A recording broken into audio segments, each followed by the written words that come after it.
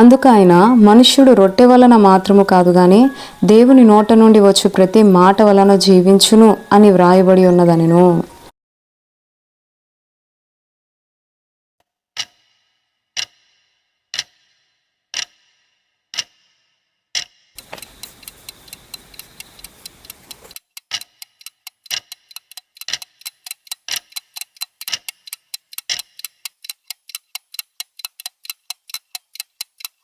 ఇదిగో నేను యుగ సమాప్తి వరకు సదాకాలం మీతో కూడా ఉన్నానని వారితో చెప్పాను.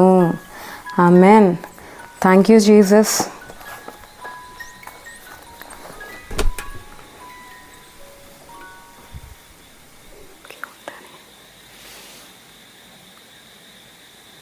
ఏంటి చెల్లి, ఈరోజు చాలా బిజీ అనుకుంటా. 3 hours నుంచి చూస్తున్నాను, ఫోన్ పట్టుకునే ఉన్నావు. అలా ఏం కాదక్క, ఈరోజు ఆఫీస్కి హాలిడే కదా. అవునా, హాలిడే అని 3 hours ఫోన్ చూసావు. మరి హాలిడే అని బైబుల్ ఎంత టైం చదివావు? బైబుల్ అక్క, ఈరోజు ఇంకా చదవలేదు. నేను నిన్ను గమనిస్తూనే ఉన్నాను. గత వారం నుంచి నువ్వు ఒక్కసారైనా బైబిల్ చదవలేదు. ఈరోజు హాలిడే కదా, ఈరోజైనా చదువుతావు అనుకున్నాను. కానీ ఈరోజు కూడా నువ్వు బైబిల్ ఇంతవరకు చదవలేదు. ఏం చేయాలక్క, ప్రతిరోజు బైబిల్ చదవాలనుకుంటున్నాను కానీ చదవలేకపోతున్నాను. క్రైస్తవులమైన మనము ప్రతిరోజు బైబిల్ చదవాలన్నది భారం కాదు, దేవుడు మనకిచ్చిన గొప్ప భాగ్యం.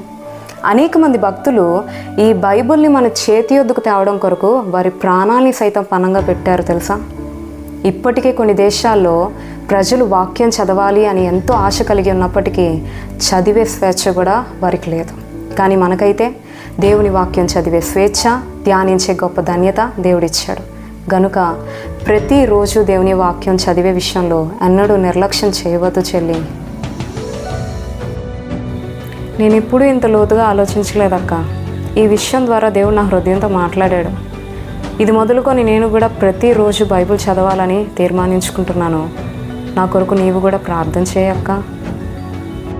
తప్పకుండా చేస్తాను.